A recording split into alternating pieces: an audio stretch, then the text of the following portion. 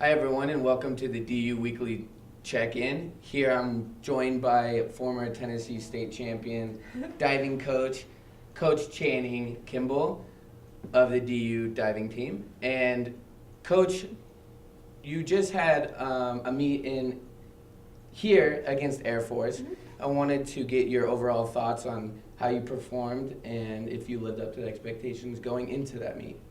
It went really well. This was our first home diving meet for the season, but it was just a women's meet.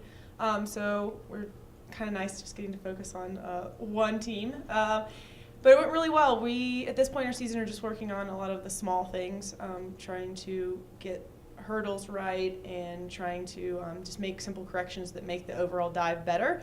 And so that's kind of what our focus is, and the divers did a great job of focusing on that and then having overall good dives. Getting good scores, so that's what we're looking for right now, and just progressing as we maybe up their DDs and then can get bigger scores in the end. Yeah, talk about your freshman performer who had a great meet here over at El Palmar. She's working really hard. She is injured right now and working through the injury, so we're limited to just diving the 1 meter board with limited practices. But she's handling it really well and staying positive, and for a mental sport like diving, that's actually one of the hardest things to do, is just kind of staying in it even when you're not getting to practice as much. I think she liked being at her home pool, having her family there, and getting to show off a little bit, and she did great, and it was really exciting to be able to get a pool record so we can take somebody else off from another school off of that and get a DU person on the on the pool record. Excellent. And going into December 6th, we'll be at the University of Iowa is the meet.